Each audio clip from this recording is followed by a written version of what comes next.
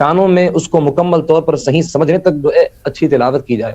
اگر اس کے باوجود بھی جو لوگ قرآن مجید عموماً پڑھنے کے عادی نہیں ہوتے ہیں اور صرف رمضان ہی میں وہ نماز تراویح میں قرآن مجید کو سنتے ہیں اور اس کے علاوہ قرآن مجید پڑھ نہیں سکتے ہیں تو ان کے لیے تھوڑی سی قرآن مجید کے سننے میں دشواری ہوتی ہے. لیکن بہتر یہی ہے کہ قرآن مجید کو ایسے کے پیچھے پڑھا جائے کہ جہاں پر آپ کو مکمل طور پہ قرآن مجید کے جو الفاظ ہیں اور جو اس کی آیتیں ہیں مکمل طور پر سنائی دے.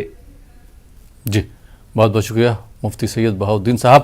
آئیے ناظرین ایک کالر کو پروگرام میں شامل کرتے ہیں, دیکھتے ہیں یہ کالر کہاں سے, ان کا کیا سوال ہے. جی السلام علیکم. وعلیکم السلام ورحمۃ اللہ وبرکاتہ, اور ہمارا سلام بھی تسلیم کیجیے. السلام علیکم ورحمۃ اللہ وبرکاتہ. میں محمد حسن جاوید مہاراشٹر اورنگ آباد سے بات کر رہا ہوں. ایک چھوٹا سا سوال ہے کہ سنت اور نوافل میں علم کے سورہ کے بعد کیا آیت الکرسی پڑھ سکتے ہیں یا نہیں ہے, اس کے بارے میں رہنمائی فرمائیے. بہت بہت جزاک اللہ. السلام علیکم ورحمۃ اللہ وبرکاتہ. اللہ تعالیٰ آپ لوگوں کو سلامت رکھے, آمین. آمین. بہت بہت شکریہ. جی مفتی صاحب کیا جواب دینا چاہیں گے؟ جی غالباً بھائی نے یہ سوال کیا, میں پورا مکمل طور پہ نہیں سن پایا. غالباً یہ سوال کیا ہے کہ سنت اور نوافل میں سورہ فاتحہ کے بعد آیت الکرسی کی تلاوت کی جا سکتی ہے یا نہیں کی جا سکتی, یہی سوال. جی ہاں جی ہاں جی ہاں. ہاں دیکھیے نماز آپ جو ہے سنت نماز پڑھ رہے ہوں یا نوافل پڑھ رہے ہوں تو اس میں اگر آپ سورہ فاتحہ کے بعد آیت الکرسی کی آپ تلاوت کرنا چاہتے ہیں تو بالکل کر سکتے ہیں. اگر آپ 2 رکعت نفل نماز پڑھیں جس میں آپ پہلی رکعت میں سورہ فاتحہ پڑھیں, پھر اس کے بعد آیت الکرسی کی تلاوت کریں, پھر دوسری رکعت میں بھی اگر آپ اسی طرح دہرانا چاہتے ہیں تو دہرا سکتے ہیں, کوئی اس میں ایسا مسئلہ نہیں ہے. جی اور مفتی صاحب جیسے ابھی جیسے تراویح کی بات ہو رہی تھی کہ 3 دن تراویح میں قرآن پاک مکمل کر لیتے ہیں یا 5 دن میں قرآن پاک مکمل کر لیتے ہیں, 6 دن میں قرآن پاک مکمل کر لیتے ہیں, تو ایسی صورت میں جب ایک بار قرآن پاک مکمل کر لیا, سن لیا پورا قرآن پاک 5 دن میں, 6 دن میں یا 3 دن میں, تو اس کے بعد ان لوگوں کے لیے تراویح پڑھنے کا کیا حکم ہے؟ کیا پھر وہ مسجد میں یا اپنے گھروں پر علم ترا کیفا سے جو ہے تراویح پڑھ سکتے ہیں؟ دیکھیے اگر نماز تراویح میں ایک مرتبہ قرآن مجید اگر آپ ختم کرتے ہیں تو یہ تو ضروری ہے, اس سے زیادہ اگر آپ ختم کرتے ہیں تو یہ فضیلت والا عمل ہے. لیکن اگر کوئی 5 دن میں یا 3 دن میں یا 10 دن میں نماز تراویح میں مکمل قرآن مجید ختم کرتا ہے تو اس کے بعد تراویح اس کے ذمے سے ساقط نہیں ہوتی ہے. تراویح مکمل طور پر رمضان میں اس کو جماعت کے ساتھ اہتمام کے ساتھ پڑھنا ضروری ہوتا ہے. اگر کوئی کسی وجہ سے ایک مرتبہ نماز تراویح میں قرآن ختم کرے تو اس کے بعد اس کو نماز تراویح اہتمام کے ساتھ پڑھنا چاہیے. اگر گھر میں پڑھ رہا ہے اپنی سہولت سے تو گھر میں پڑھے, مسجد میں پڑھنا سب سے فضیلت والا عمل ہے. لیکن اگر کسی مجبوری کی وجہ سے مسجد میں اگر نہیں پڑھ سک رہا ہے لیکن گھر میں باضابطہ طور پر اہتمام کے ساتھ اس کو پڑھیں. اگر علم ترا سے لے کر ختم والناس تک اگر نماز تراویح میں صورتیں پڑھ کے اہتمام سے اپنے سہولت کے اعتبار سے پڑھنا چاہتا ہے تو یہ پڑھ سکتا ہے بالکل, لیکن تراویح کا چھوڑنا یہ گناہ ہے. رمضان میں ایک مرتبہ اگر قرآن مجید اگر آپ تراویح میں ختم کرتے ہیں تو یہ اس کا مطلب نہیں ہے کہ تراویح آپ کے ذمے سے ساقط ہو جاتی ہے, نہیں ہے. تراویح تو مکمل طور پر رمضان میں ہمیشہ کے لیے جو ہے پورا رمضان ختم ہونے تک آپ کے لیے ضروری ہے. ایک مرتبہ قرآن مجید کا پڑھنا یہ بہتر ہے, اس سے زیادہ اگر آپ پڑھیں گے تو فضیلت والا عمل ہوگا, لیکن تراویح آپ کے ذمے سے ساقط نہیں. جی بہت بہت شکریہ مفتی صاحب. آئیے ناظرین اس جواب کے بعد ایک اور کالر کو پروگرام میں شامل کرتے ہیں. جی السلام علیکم. السلام علیکم. جی اور ناظرین ہمارے ساتھ جو ہے محمد عادل شمیم صاحب بھی کانپور سے جڑے ہیں, اور تو میں ان سے درخواست کروں گا کہ وہ ہمارے ناظرین کے لیے ایک بہترین کلام پیش کریں. جی عادل صاحب.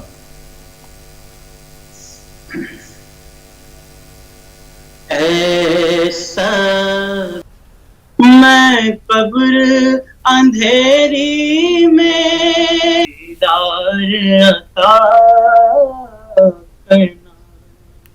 بہت خوب, بہت بہت شکریہ محمد عادل شمیم صاحب خوبصورت کلام پیش کرنے کے لیے. ناظرین آپ دیکھ رہے ہیں پروگرام رمضان ٹائم. فی الحال وقت ہو چلا ایک چھوٹے سے بریک کا. بریک کے بعد آپ کی خدمت میں پھر حاضر ہوں گے. آپ دیکھتے رہیے پروگرام رمضان ٹائم.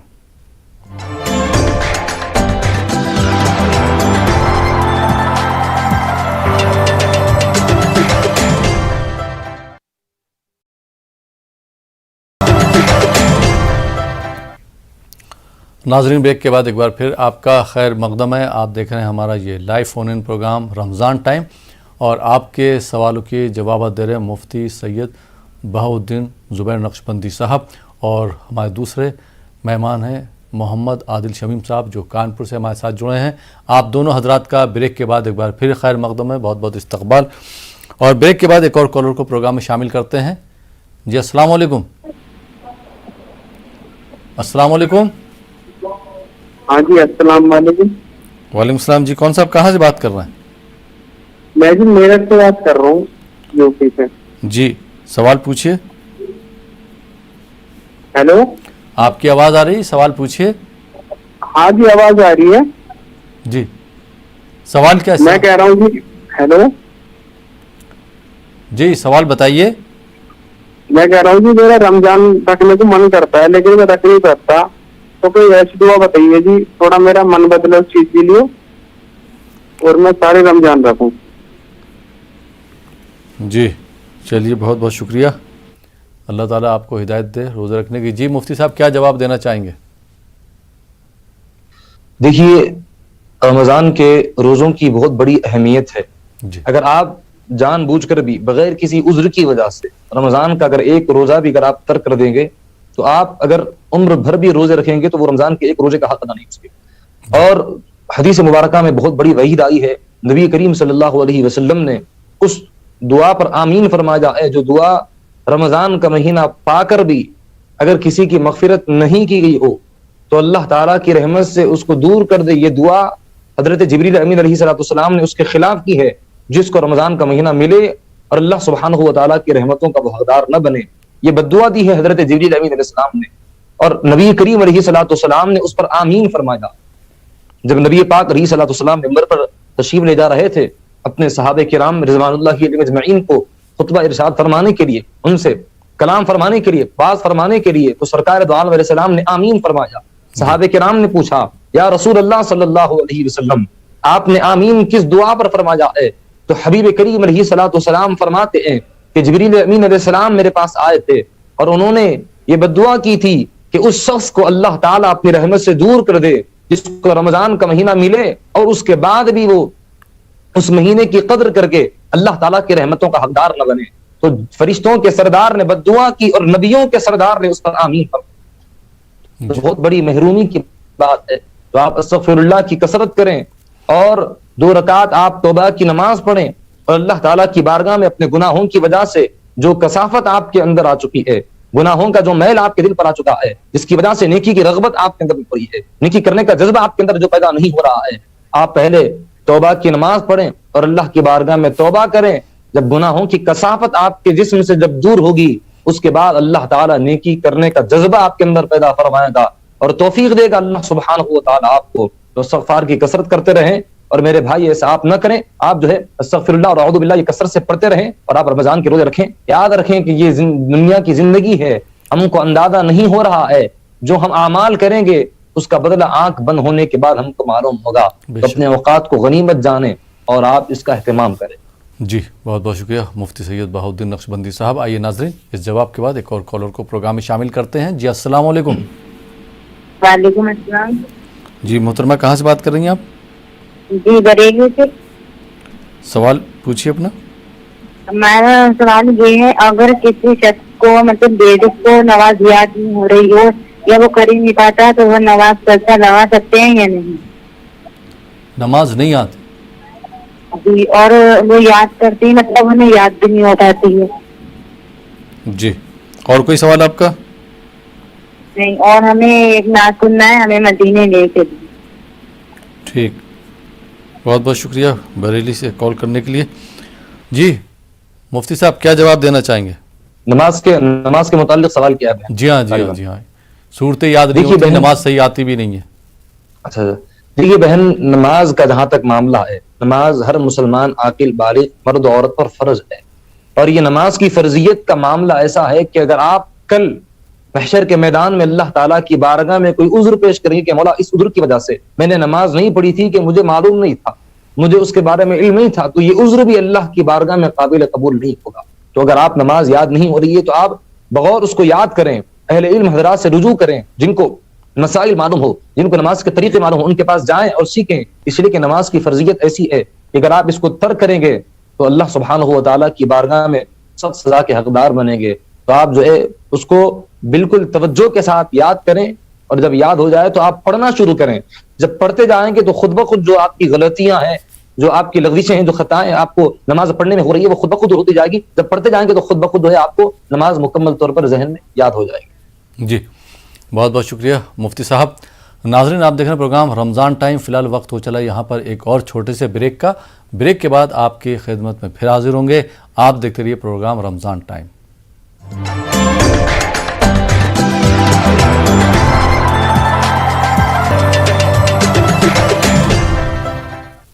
ناظرین بریک کے بعد ایک بار پھر آپ کا خیر مقدم ہے. آپ دیکھ رہے ہیں ہمارا یہ لائیو فون ان پروگرام رمضان ٹائم، اور آپ کے سوالوں کے جوابات دے رہے مفتی سید بہاؤالدین نقشبندی صاحب، اور ہمارے دوسرے مہمان ہیں محمد عادل شمیم صاحب جو کانپور سے ہمارے ساتھ جڑے ہیں. آپ دونوں حضرات کا بریک کے بعد ایک بار پھر خیر مقدم ہے.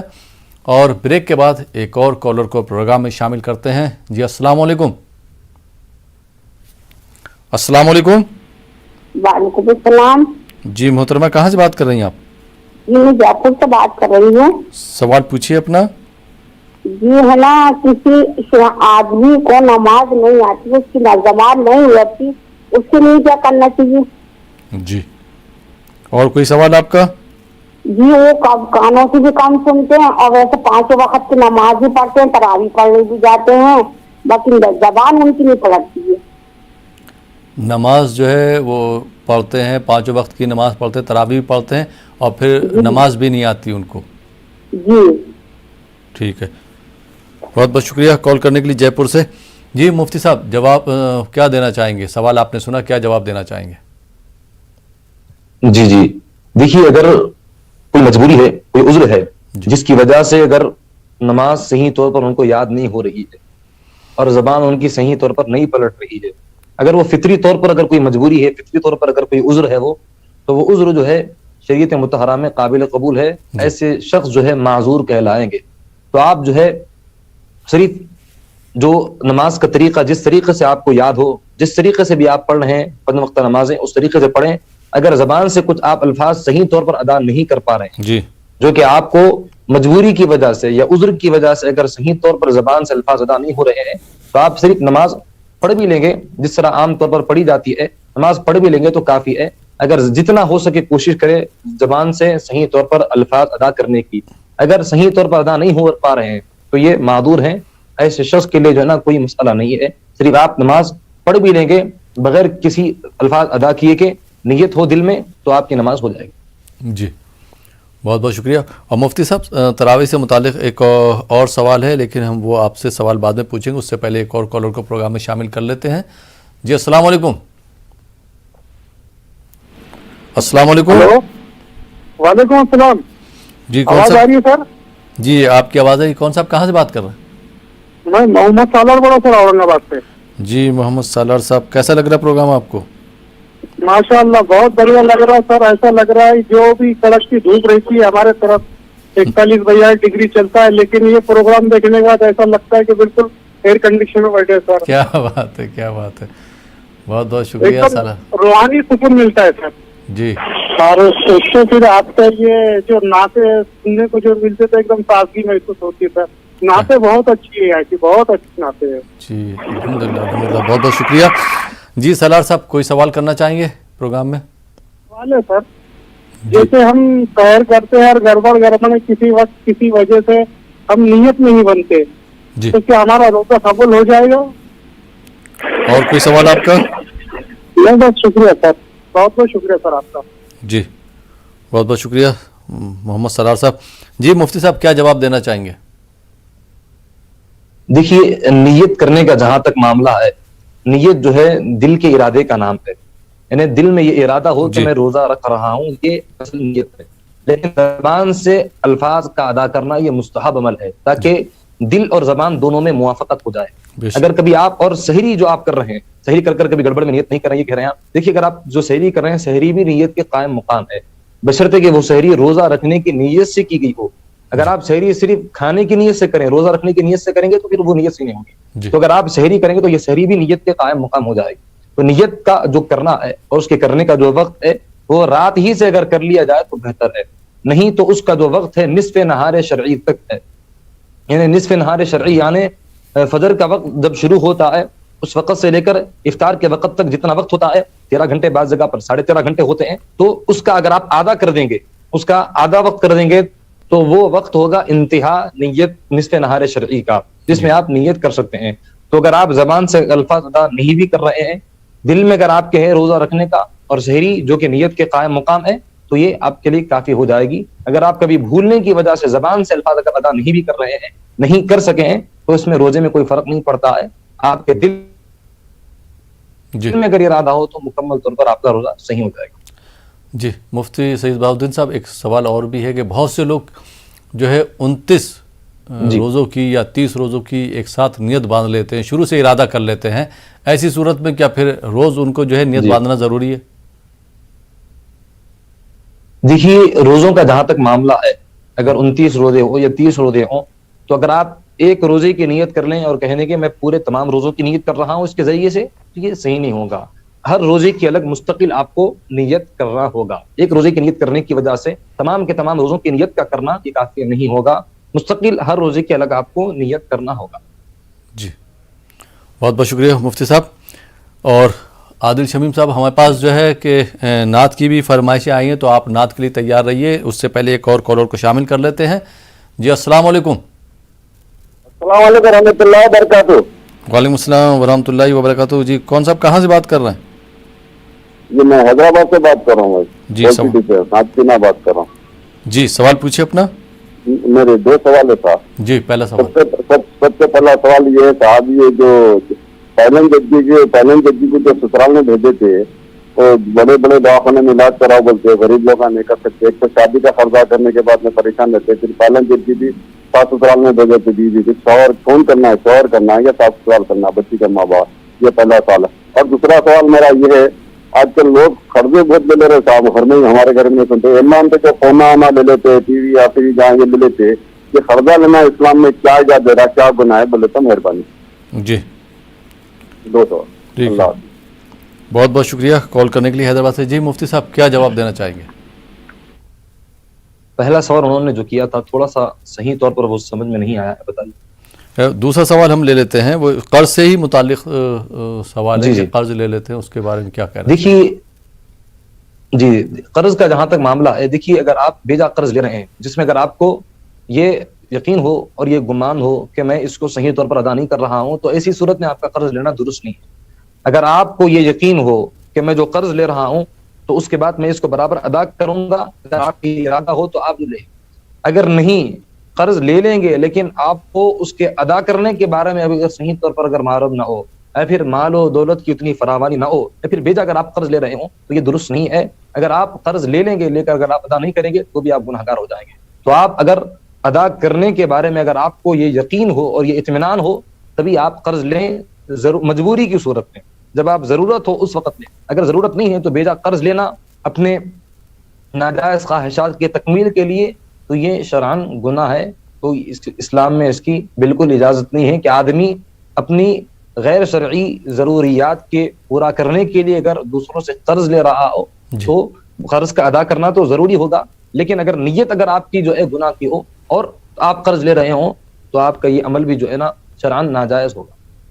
جی اور ایک سوال اور ہے، انہوں نے جو کیا تھا اسی سے ریلیٹڈ، کہ جیسے لوگ جو ہے قرض لے کے پھر شادی کرتے ہیں تو ایسی صورت میں کیا کرنا چاہیے؟ قرض لے کے شادی کرنا صحیح ہے، درست ہے؟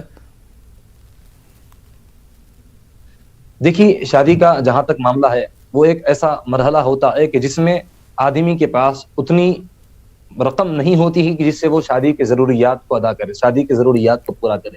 تو ایسی صورت میں اس کے پاس اتنی رقم ہوتی ہے کہ جس سے کچھ ضروریات نکلتی ہیں، کچھ کے لیے اس کو قرض وغیرہ لینا پڑتا ہے۔ تو اگر وہ قرض لے رہا ہو اور اس کو یہ یقین ہو کہ میں جو لے رہا ہوں بعد میں اس کو آسانی کے ساتھ اگر ادا کروں گا تو اس کو مکمل طور پر لے کر ادا کر سکتا ہے۔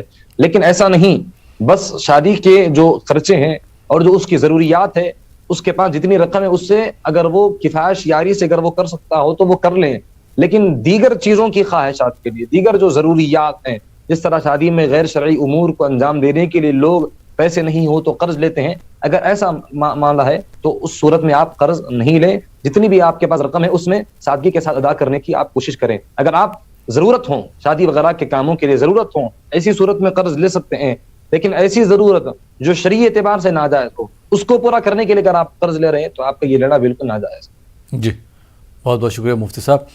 آئیے ناظرین ایک اور کالر کو پروگرام میں شامل کرتے ہیں۔ جی السلام علیکم۔ السلام علیکم۔ جی غالباً کال ڈراپ ہو گیا۔ جی عادل شمیم صاحب، ہمارے پاس نعت کی بھی فرمائش آئی ہے، تو میں آپ سے درخواست کروں گا کہ آپ